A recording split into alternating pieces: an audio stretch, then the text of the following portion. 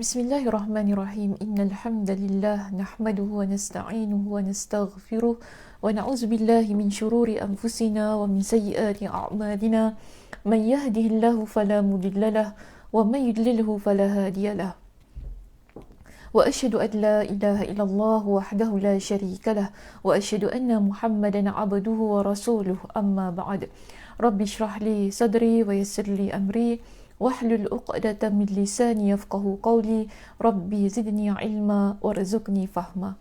Allahumma inna nas'aluka ilman nafi'a wa rizqan tayyiba wa 'amalan mutaqabbala. Assalamualaikum warahmatullahi wabarakatuh. Apa khabar muslimah sekalian? Sihat semua hari ini? Okay, alhamdulillah kita bertemu dalam ruangan ini untuk menyambung perbincangan berkenaan dengan metodologi dakwah ulul azmi, ibrah dan hikmah untuk muslimah. Kuliah bulanan kita lah kan. Pada bulan lepas kita cuti sebab ialah masjid tutup dan banyak pusat pengajian juga terpaksa dihentikan. Jadi tak sangka pula ya, lama masanya. Dan tapi alhamdulillah pada bulan ini kita teruskan juga kuliah kita, tapi secara online. Tak apalah ya, boleh juga. Baik, so di sini kita akan sambung ya perbincangan tentang ulul azmi yang seterusnya, iaitu masih lagi berkenaan dengan kisah Nabi Musa alaihissalam. Dan bila saya lihat kembali perbincangan kita dah sampai ke muka surat 386. Notanya masih ada lagi tak muslimah? Rasanya ada ya. Masing-masing ada notanya kan? Kalau tak ada kena minta Ustaz Khairul lah. Okey. Baik. Kita berada pada muka surat 386 di poin yang ke-8. Iaitu tentang Fir'aun mengaku sebagai ilah. Itu sebagai Tuhan, sebagai sesuatu yang berhak untuk disembah. Okey. Jadi di sini kita lihat ya, kalau saya nak ingatkan kembali apa yang pernah kita bincangkan pada sesi-sesi di bulan-bulan yang lalu, kita dapati Nabi Musa alaihissalam, sebab kita berada pada tahap C ataupun pada fasa yang berikutnya. Kalau nak rujuk pada muka surat 380, kita dapati di situ diletakkan satu bab khusus dalam tajuk ini berkenaan dengan kedatangan Nabi Musa alaihissalam kepada Fir'aun dan kejadian di Mesir. So, kita dah masuk kepada perbincangan tersebut, poin 1 sampailah kepada poin yang ke-7. Dalam poin 1 hingga poin 7, kita dapati bahawasanya Nabi Musa ketika dia datang berjumpa dengan Fir'aun, di sinilah arahan Allah Subhanahu Wa Taala untuk berdakwah kepada Fir'aun agar dia sedar tentang dirinya sebagai makhluk Tuhan, bukan sebagai Tuhan. Okay, dan pada masa itu kita dapati Nabi Musa alaihissalam dengan ayat-ayat Al-Quran yang dah kita bentangkan pada bulan-bulan yang lalu. Nabi Musa alaihissalam mengingatkan beliau tentang nikmat-nikmat yang telah Allah berikan, tentang penciptaan langit. Setiap penciptaan Allah Subhanahu Wa Taala di atas muka bumi ini, ia merupakan sesuatu yang seharusnya menjadikan dirinya sedar tentang bahawa ada Tuhan yang berhak untuk disembah, yang maha agung dan maha pencipta dan segala-galanya. Tetapi kita lihat ya, Fir'aun dia tak nak melihat semua yang dibentangkan oleh Nabi Musa alaihissalam itu tadi sebagai bukti kebesaran Allah Subhanahu Wa Taala. Jadi di sinilah kita dapati ya, Fir'aun mula mengangkat untuk dia menolak apa yang disebutkan oleh Nabi Musa alaihissalam, maka dia pun mengingatkan kepada kaumnya yang ada di sekitarnya tentang ketuhanan dia. Sebab itu di sini kalau kita rujuk pada poin yang ke-8, ada satu ayat Al-Quran yang dinyatakan di sini, iaitu surah Al-Qasas ayat yang ke-38. Dalam surah Al-Qasas ayat ke-38, Fir'aun berkata, Okey, wa qala fir'aunu ya ayyuhal mala'u ma 'alimtu lakum min ilahin ghairi fa awqid li ya hamanu 'ala at-tin faj'al li sarhan la'alli attali'u ila ilahi Musa wa inni la azunnuhu minal kadhibin. Ini yang diucapkan oleh Firaun bagi menolak setiap yang telah disebutkan oleh Nabi Musa alaihissalam kepada dia. Apa maksudnya?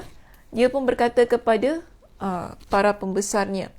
Dia kata begini, dan Firaun berkata, ini Allah Subhanahu Wa Taala ceritakan dialog antara Firaun dan juga para pembesarnya yang ada pada masa itu. Dan Firaun berkata, wahai para pembesar kaumku, aku tidak mengetahui ada Tuhan bagimu selain aku.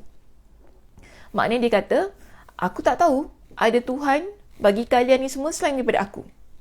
Yang patut kalian sembah, yang sepatutnya kalian angkat sebagai Tuhan. Okay, selama ni dia kata dia tak tahu pun ada Tuhan selain dia. Dia maknanya dia ingatkan kepada kaumnya. Kemudian maka dia suruh maka bakarlah tanah liat untukku wahai Haman untuk membuat batu bata. Kemudian buatkanlah bangunan yang tinggi untuk aku agar aku dapat naik melihat Tuhannya Musa. Dan aku yakin bahawa dia termasuk di kalangan orang yang berdusta. So di sini Firaun dia beritahu kepada Haman. Haman ni antara pembesar beliau lah, supaya binakan satu bangunan yang tinggi.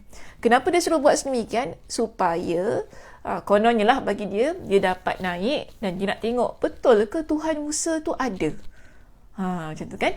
Dia kata betul ke Tuhan Musa tu ada, supaya aku dapat naik di atas tu kan, so aku dapat nampak Tuhan Musa tu macam mana. Jadi ini yang diperintahkan oleh Firaun.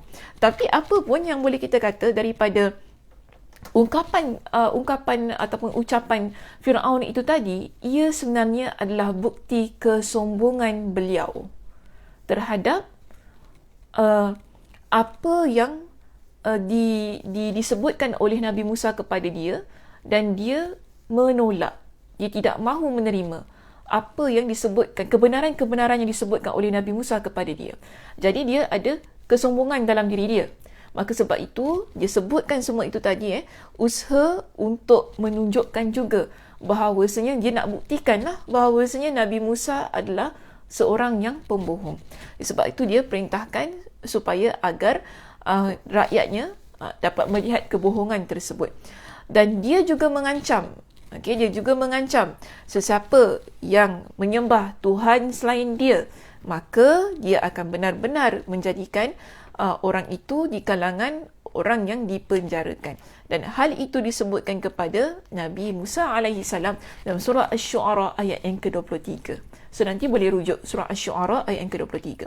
Baik, selain daripada surah Al-Qasas ayat 38 yang dinyatakan dalam kitab kita kan, kita ada poin yang ke-9. Dalam poin yang ke-9 ada lagi satu surah yang dibawakan oleh pengarang kitab, iaitu Dr. Abdul Karim Zaidan dalam kitabnya, untuk menunjukkan bahawasanya betapa Firaun adalah orang yang sombong. Dan dalam surah An-Nazi'at pada ayat yang ke-15 hingga ke-24, tapi saya cuma nak ambil satu saja daripada 15 hingga 24 itu tadi kan, tentang ungkapan kata Firaun yang dia berkata kepada para pembesarnya. Dia kata faqala ana rabbukumul a'la. Di hadapan para pembesarnya dan kaumnya, dia kata aku adalah Tuhan kalian yang paling tinggi. Okey, faqala ana rabbukumul a'la. Kemudian dia mengumpulkan pembesar-pembesarnya lalu berseru memanggil kaumnya. Saya berkata, akulah Tuhanmu yang paling tinggi. Untuk menunjukkan kepada kaumnya tidak ada Tuhan yang berhak untuk mereka sembah melainkan diri dia. Okey, baik. Seterusnya kita pergi kepada poin yang ke-10. Dalam poin yang ke-10 kita dapati apa yang dilakukan oleh Firaun kepada Nabi Musa alaihissalam.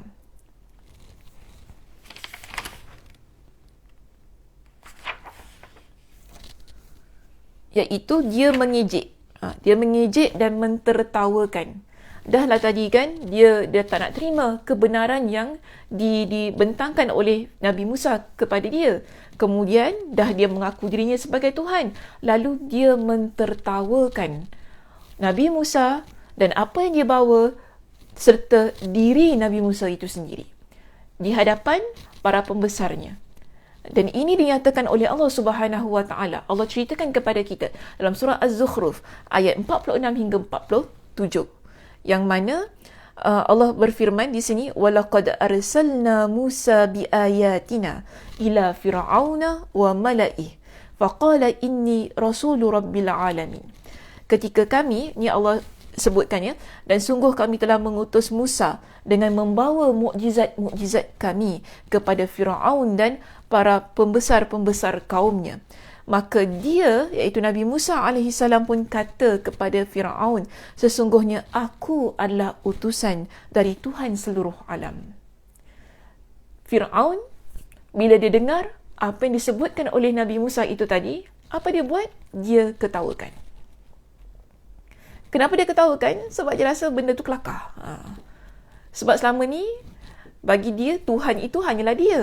Kenapa pula tiba-tiba orang ni datang kan? Yang dulu, kalau saya nak ingatkan baliklah kisahnya, yang dia pernah katakan kepada Nabi Musa, dulu dia pernah pungut. Okay? Dia pernah ambil dia menjadi anak angkat dia.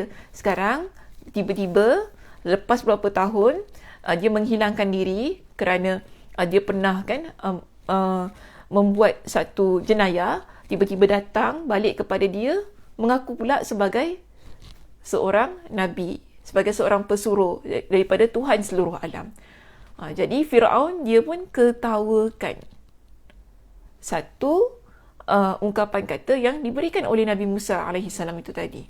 Yang mana Allah kata dalam surah Az-Zukhruf pada ayat yang ke-47, Allah sebutkan di sini, falamma ja'ahum biayatina idzahum minha yadhhakun.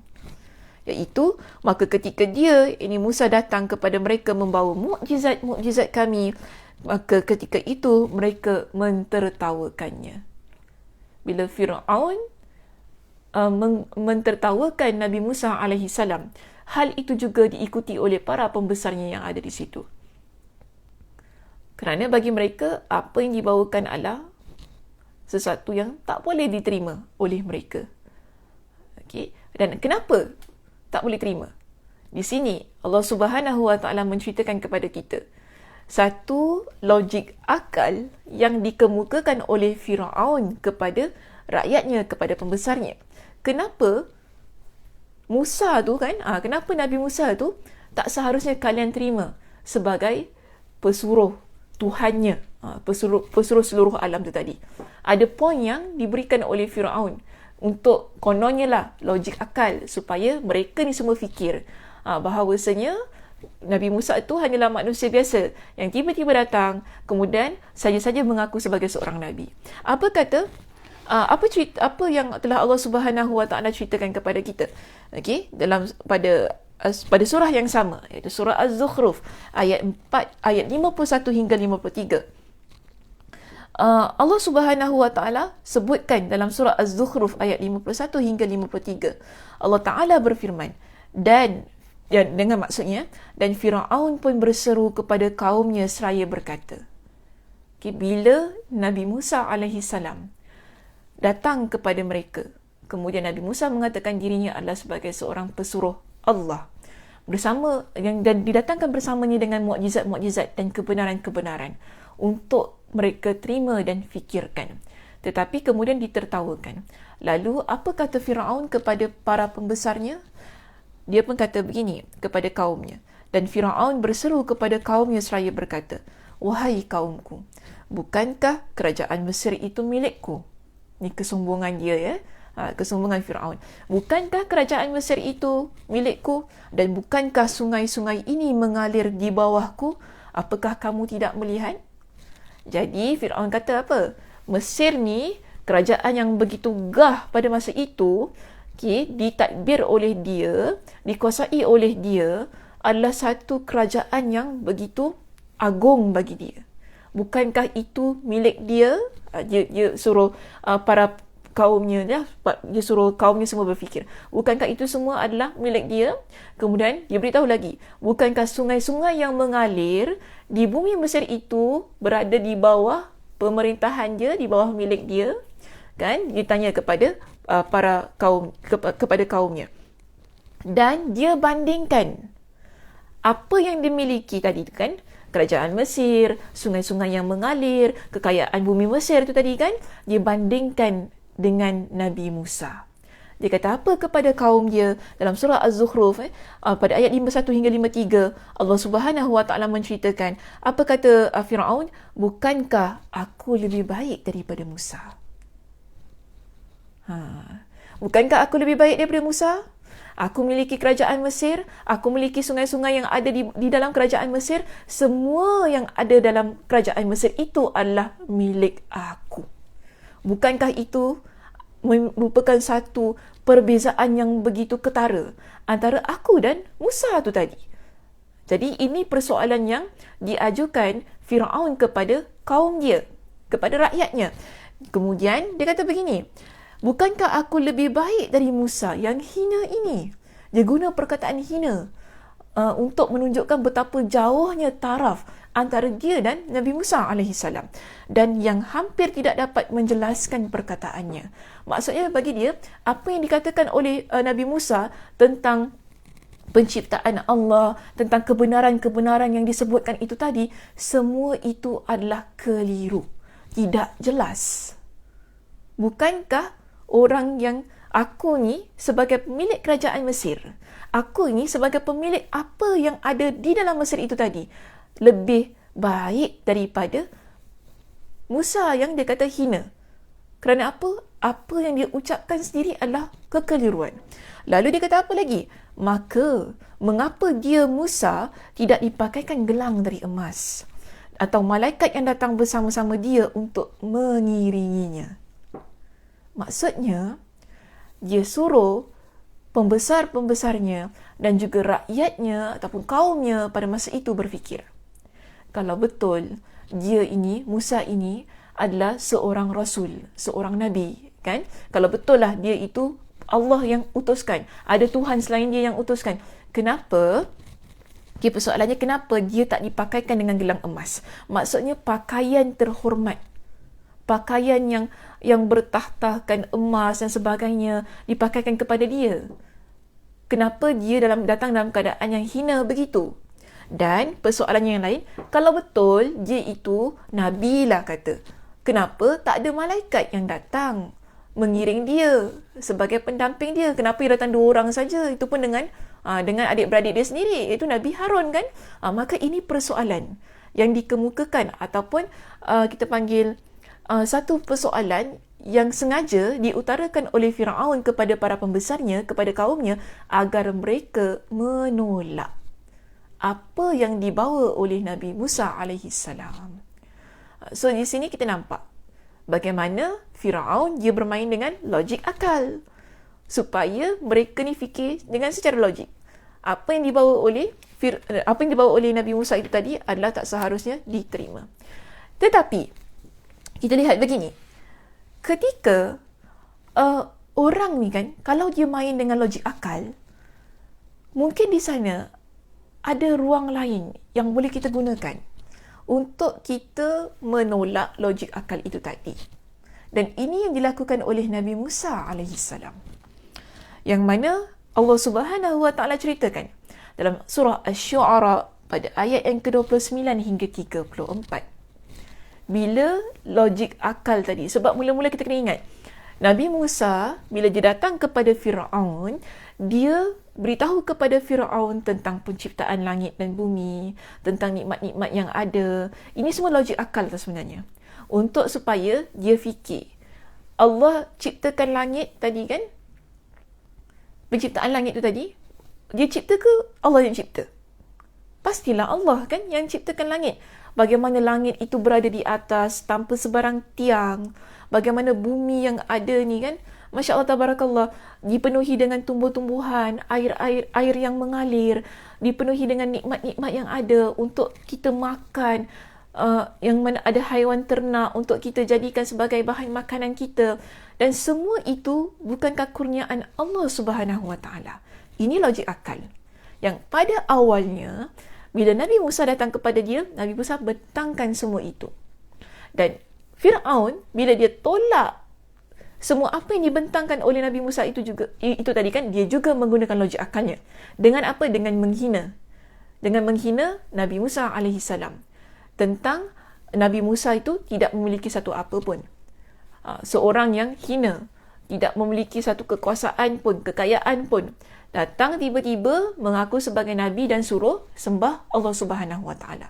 Dan di sinilah mulanya Nabi Musa alaihissalam tunjukkan kepada dia dengan mukjizat. Yang kalau kita kata mukjizat ni, dia selalunya di luar daripada logik akal kita. Yang mencari adat lah kalau dalam bahasa Melayu tu kan. Sesuatu yang di luar kebiasaan. Sesuatu yang di luar daripada logik akal. Yang tak tergambar dengan logik akal kita, perkara itu boleh berlaku. Jadi inilah permintaan Nabi Musa untuk tunjukkan kepada Firaun. Apa kata Allah Subhanahu Wa Taala dalam surah Asy-Syu'ara ayat 29 hingga 34. Lalu di sini kalau nak rujuk pada kitab muka surat 390 pada poin kita yang ke-12. Allah menuturkan kisah dialog Firaun bersama Musa alaihissalam. Yang mana maksudnya di sini, dia Firaun berkata, "Sungguh jika engkau menyembah Tuhan selain aku, pasti aku masukkan engkau ke dalam penjara." Jadi dia ancam Nabi Musa, kalau engkau sembah Tuhan selain aku masukkan kau dalam penjara. Kemudian Nabi Musa pun kata kepada dia begini, apakah engkau akan melakukan itu sekalipun aku tunjukkan kepadamu sesuatu bukti yang nyata? Jadi Nabi Musa tanya pada dia, kalau aku boleh tunjukkan kepada engkau bukti yang nyata, bukti lain, adakah engkau akan masukkan aku dalam penjara? Jadi Firaun kata kepada dia, tunjukkan satu bukti yang nyata itu jika engkau termasuk orang yang benar. Jadi Firaun kata, okey, tunjukkan bukti lain. Bukti yang kau kata nyata itu tadi, kalau engkau betul-betul orang yang benar. Jadi ini kata Firaun. Jadi apa kata Nabi Musa? Maka dia Musa melemparkan tongkatnya. Tiba-tiba tongkat itu bertukar menjadi ular besar yang sebenarnya. Nabi Musa Allah berikan kepada dia dengan mukjizat, tongkat yang boleh bertukar menjadi ular yang besar. Kemudian dan dia mengeluarkan tangannya dari dalam bajunya. Tiba-tiba tangan itu menjadi putih bercahaya bagi orang yang melihatnya. Okay? Dan Firaun berkata para pemuka di sekelilingnya.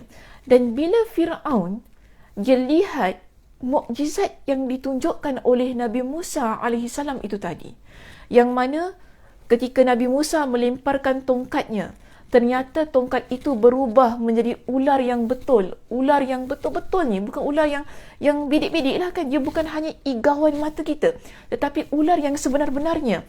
Kemudian Nabi Musa mengeluarkan tangannya daripada sakunya, daripada bajunya tadi kan. Ternyata keluar kilauan daripada tangannya itu tadi. Dan hal ini sebenarnya bila Firaun dia nampak tu kan, ada ketakutan dalam hati dia. Ada kegentaran dalam jiwa dia. Bila dia melihat tongkat yang berubah menjadi ular dan tangan yang keluar cahaya bagi orang yang melihat tu tadi. Dan bila Firaun nampak kedua-dua mukjizat itu tadi, apa kata Firaun? Masih lagi dia tidak boleh menerima kebenaran. Bahkan dalam hal itu dia menuduh Nabi Musa dengan satu gelaran. Apa kata dia? Inna haza lasahirun alim. Ini, iaitu Musa ini, pasti seorang ahli sihir yang begitu handal, yang begitu pandai. Jadi ini tuduhan dia. Bila dia nampak perkara-perkara kebenaran tadi kan, dia tak boleh terima. Kemudian dia bahkan menuduh Nabi Musa sebagai ahli sihir yang handal. Kemudian kita lihat pada apa yang dia katakan kepada para pembesarnya. Okey, kita lihat pada surah Pada surah mana?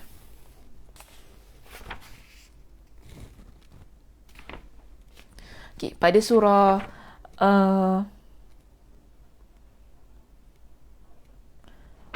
ini tadi saya pada surah Asy-Syu'ara. Okay, pada surah Asy-Syu'ara, pada poin kita yang ke-14 di situ, muka surat 392 ya. Okay, saya lompat terus pada muka surat 392. Firaun meminta pendapat para pembesarnya tentang apa yang dilakukan tentang apa yang akan dia lakukan kepada Nabi Musa alaihi salam. Jadi bila dah nampak dua mukjizat tadi kan, kemudian dia tolak, tak boleh terima kebenaran. Lalu dia kata kepada para pembesarnya ini merupakan sihir, ataupun dia kata Nabi Musa itu adalah ahli sihir yang betul-betul handal. Dan dia minta kepada para pembesarnya di situ pada surah Asy-Syu'ara ayat 34 hingga 35. Okey, pada ayat 34 hingga 35.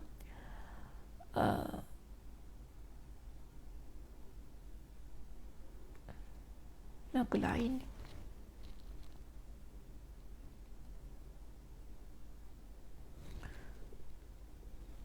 Okey, pada ayat 29 hingga 37. Iaitu qala la in ittakhazta ilahan ghairi. Itu saya dah baca tadi. Bila dah bertukar. Okey, yuridu an yukhrijakum min ardikum bisihrihi famadha ta'murun? Qalu arjih wa akhahu wa ba'ath fil madaini hashirin ya'tuka bikulli saharin alim. Maaf tadi ada sedikit kegenjutan. Dia gini, bila Firaun beritahu, bila dia nampak tadi kan dua mukjizat tersebut, dan dia kata ini merupakan satu perbuatan sihir yang dilakukan oleh ahli sihir yang handal. Yang mana dia kata, kenapa Nabi Musa alaihi salam buat sedemikian ialah tujuannya untuk mengeluarkan kalian daripada bumi kalian. Dia tuduh lagi Nabi Musa ni sebagai orang yang belajar ilmu sihir, ada sihir itu tadi kan, supaya dia dapat kekuasaan di bumi Mesir. Dia dapat tentera yang ramai, dia dapat pengikut yang ramai. Jadi dengan tujuan dapat keluarkan orang-orang atasan ini daripada negeri Mesir. Ini tuduhan Firaun kepada Nabi Musa alaihi salam. Walaupun dia dah nampak tadi kan dengan mukjizat tersebut. Dan dia pun tanya kepada para pembesarnya, maka kerana ini apakah yang kamu anjurkan? Jadi kerana tujuan Nabi Musa adalah untuk mengeluarkan para pembesar itu daripada bumi Mesir, Firaun pun tanya kepada mereka, jadi apa yang kalian sarankan untuk kita lakukan terhadap orang ini?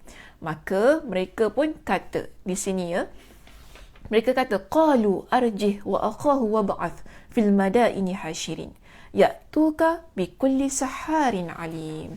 Ini kita panggil sebagai satu permulaan kisah. Nanti kita akan bincangkanlah bagaimana Nabi Musa alaihi salam bertarung dengan ahli sihir Firaun. Yang mana dia kata begini, mereka pun menjawab tentang apa yang ditanya oleh apa yang ditanya oleh Firaun itu tadi. Maka mereka menjawab, tahanlah untuk sementara dia dan saudaranya. Iaitu kita tahan sementara Musa dan juga saudaranya iaitu Harun, dan utuslah ke seluruh negeri orang-orang yang akan mengumpulkan penyihir. Nescaya mereka akan mendatangkan semua penyihir yang pandai kepadamu. Jadi mereka ni tujuan mereka nak tahan Nabi Musa dan juga Nabi Harun ialah supaya mereka dapat masa untuk kumpulkan semua ahli sihir yang handal di bumi Mesir dan dapat mengalahkan Nabi Musa alaihi salam. Okay, so itu nanti kita akan bincangkan pada sesi yang akan datang. Sebab saya takkan sambung lagi lah perbincangan itu kan, nanti masa kita lebih panjang. Cuma sebagai penutup kepada perbincangan kita untuk bulan ini, apa yang boleh kita ambil hikmah, ibrah itu pengajaran dan hikmah daripada perbincangan kita tadi tentang ucapan-ucapan Firaun dan bagaimana dia berhadapan dengan Nabi Musa alaihi salam. Satu ya, saya nak katakan di sini. Pertama, tentang kesombongan. Bagaimana sikap sombong seseorang ianya mampu membawa kepada perkara-perkara yang lebih dahsyat. Firaun, Nabi Musa datang kepada dia. Nabi Musa beritahukan kepada dia tentang apa? Tentang ciptaan Allah Subhanahu Wa Taala, tentang perkara-perkara yang boleh mengingatkan dia tentang ada kekuasaan yang lebih besar daripada kekuasaan dia. Dan dia itu sendiri adalah makhluk yang Allah Subhanahu Wa Taala ciptakan. Tapi kesombongan dia menolak semua itu tadi. Kan? Kesombongan dia menolak semua itu tadi. Dan kesombongannya juga yang menyebabkan dia merasa dirinya adalah lebih besar dan mengangkat dirinya sebagai Tuhan. Sebab tu saya kata tadi, bila kita sombong, kita akan buat perkara-perkara yang lebih dahsyat. Yang mana ia bermula daripada kesombongan. Puncanya adalah kesombongan. Sebab itu, ada kan dalam sebuah hadis Nabi SAW sebutkan, hadis yang diriwayatkan oleh Imam Muslim, Nabi kata apa? La yadkhulul jannah man kana fi qablihi misqal zarrah min kibr. Tidak akan masuk ke dalam syurga orang yang mana ada sekecil zarrah, sedikit pun, sekecil biji sawi dalam hatinya dengan kesombongan. Saya nak ringkaskan hadis ini. Akhir daripada hadis itu, penghujung hadisnya, Nabi sebutkan bagaimana ciri-ciri orang yang sombong tu tadi, yang tidak boleh digelar sebagai penghuni syurga. Bahkan Allah masukkan dia dalam api neraka walaupun ada sedikit daripada kesombongan. Kalau kita nak lihat Firaun tadi, dia bukan sikit tau. Kesombongannya, besar. Besar sangat-sangat. Sebab itu dia sampai berani mengangkat dirinya ke tahap Tuhan. Okey? Kalau dah tahap yang sedemikian, maka azabnya juga dahsyat yang akan Allah timpakan kepada dia. Sedangkan Nabi kata, kalau kita ada sikit pun sahaja daripada kesombongan itu tadi, Allah akan takkan masukkan kita ke dalam syurga dia. Dan di sini Nabi sebutkan ada dua ciri yang dimiliki oleh orang yang sombong. Dan dua ciri itu juga dimiliki oleh Firaun. Nabi kata apa? Al-kibru batarul haqqi wa ghamtun nas. Kesombongan adalah engkau menolak kebenaran dan juga engkau meremehkan orang lain. Bukankah Firaun dia menolak kebenaran? Betul tak? Firaun dia menolak kebenaran kan? Daripada apa yang dah kita bincangkan tadi, Nabi Musa AS datang kepada dia, tunjukkan kepada dia dengan mukjizat. Okey, dengan mukjizat. Yang Nabi Musa yang dia pesan yang dia ancam Nabi Musa, dia kata kalau engkau sembah Tuhan selain aku akan masukkan engkau ke dalam penjara. Dan Nabi Musa kata kepada dia, adakah engkau akan melakukan sedemikian kalau sekiranya aku dapat tunjukkan kepada engkau dengan sesuatu yang boleh, kebenaran yang boleh engkau terima. Dan dia kata, okey, tunjukkan. Dan Nabi Musa tunjukkan apa? Mukjizatnya, tongkat itu boleh berubah menjadi ular yang besar. Dan bila dikeluarkan tangannya menunjukkan ada cahaya. Okey, bagi orang yang melihat tangannya itu tadi. Tetapi apa yang dilakukan oleh Firaun, adakah dia boleh menerima? Tidak kan? Bahkan dia menolak kebenaran itu. Kerana apa? Kesombongan dia yang telah menguasai diri dia. Okey? Dan kedua Nabi sebut apa? Tentang batarul haqqi wa ghamtun nas, meremehkan orang lain.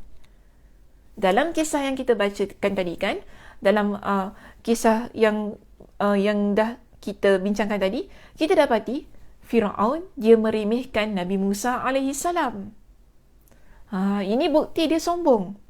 Bila Nabi Musa AS tunjukkan dengan mukjizat, bentangkan dengan kebenaran, dia kata apa kepada para pembesarnya dan kaumnya? Dia adalah seseorang yang memiliki kerajaan Mesir. Dia ada sungai-sungai itu semua yang ada, segala khazanah lah dalam bumi Mesir itu adalah milik dia.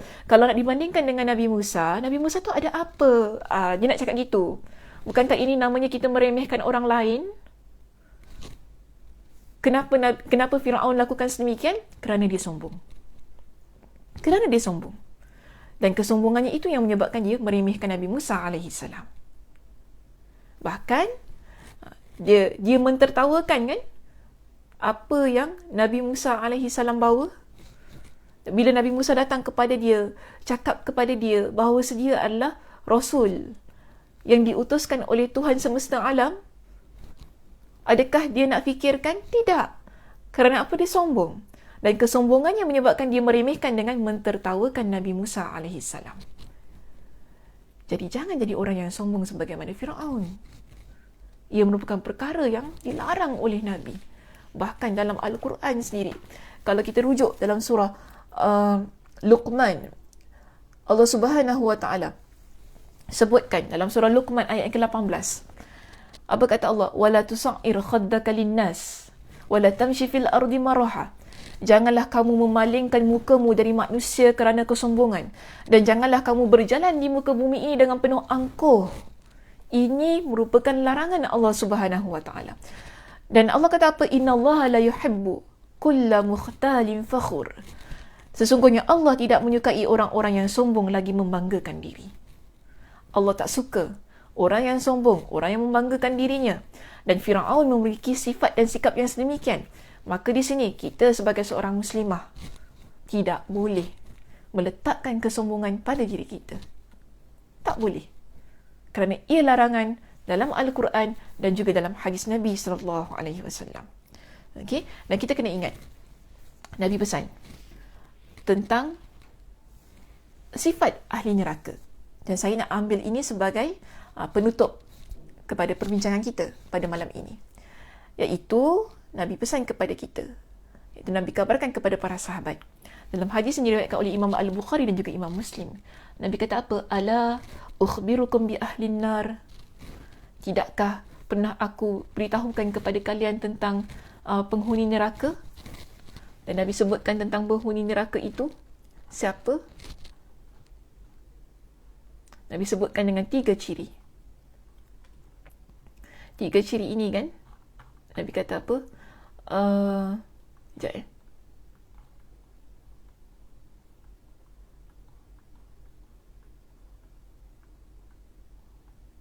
Hilang pula. Okey. Nabi kata,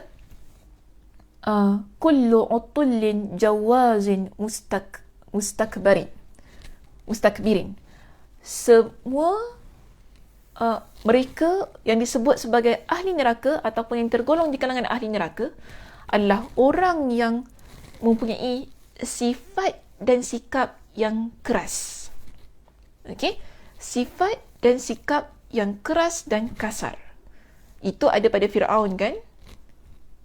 Tak dapat kita sangka lagi. Sifat keras, sifat kasar ada pada Firaun. Kemudian Nabi sebut utullin jawazin. Jawazin ni maksudnya orang yang tamak, yang rakus. Itu juga ada pada Firaun. Dia tamak dengan kekuasaan dia. Dia takut kekuasaan dia akan hilang. Sebab itu walaupun datang kebenaran kepada dia, dia apa? Dia menghasut rakyatnya, menghasut para pembesarnya supaya dengan dia. Kerana apa? Dia bimbang. Kalau Nabi Musa dipercayai sebagai orang yang benar, dia akan hilang kekuasaan dia. Jadi dia jadi orang yang rakus, orang yang tamak. Dan Nabi sebut, orang yang rakus, orang yang tamak, dia di kalangan ahli neraka. Dan terakhir Nabi sebut, wa mustakbir. Dan orang yang sombong. Orang yang sombong, dia tak masuk dalam syurga sebagaimana yang Nabi sebutkan, yang saya dah sebutkan tadi dalam hadis riwayat Imam Muslim, la yadkhulul jannah man kana fi qalbihi misqal dzarrah min kibr. Tidak akan masuk ke dalam syurga Allah orang yang mana dalam hatinya ada sekelumit kecil daripada kesombongan. Dan orang yang sombong tempatnya adalah di dalam neraka Allah Azza wa Jalla. Dan diberikan dengan azab yang dahsyat kepada dia. Okay? So daripada perbincangan malam ini, yang boleh kita ambil ibrahnya, pengajarannya, ialah jangan kita jadikan diri kita orang yang sombong atas alasan apa sekalipun. Okey? Atas alasan apa sekalipun. Jaga diri kita baik-baik. Jaga hati kita baik-baik. Supaya kita ni terhindar. Kan, bila kita baca Al-Quranul Karim, bila kita baca hadis Nabi SAW, ia merupakan peringatan yang begitu kuat untuk diri kita, okay? Peringatan yang begitu mantap untuk diri kita agar kita menjadi muslimah yang benar-benar tawaduk, yang benar-benar menjadi orang yang tidak meremehkan orang lain dan tidak menjadi orang yang menolak kebenaran. Kalau kita ada semua sifat-sifat dan sikap itu, bermakna kita ni adalah orang yang menjauhkan diri kita daripada syurga Allah dan mendekatkan diri kita kepada neraka Allah Azza wa Jalla. Baik, hingga itu sahaja Muslimah untuk perbincangan kita pada malam ini. InsyaAllah kita jumpa pada perbincangan-perbincangan yang berikutnya pada lain-lain sesi. Saya tutup perbincangan kita malam ini dengan tasbih kafarah. Subhanakallahumma wa bihamdika asyhadu an la ilaha illa anta astaghfiruka wa atubu ilaik. Assalamualaikum warahmatullahi wabarakatuh.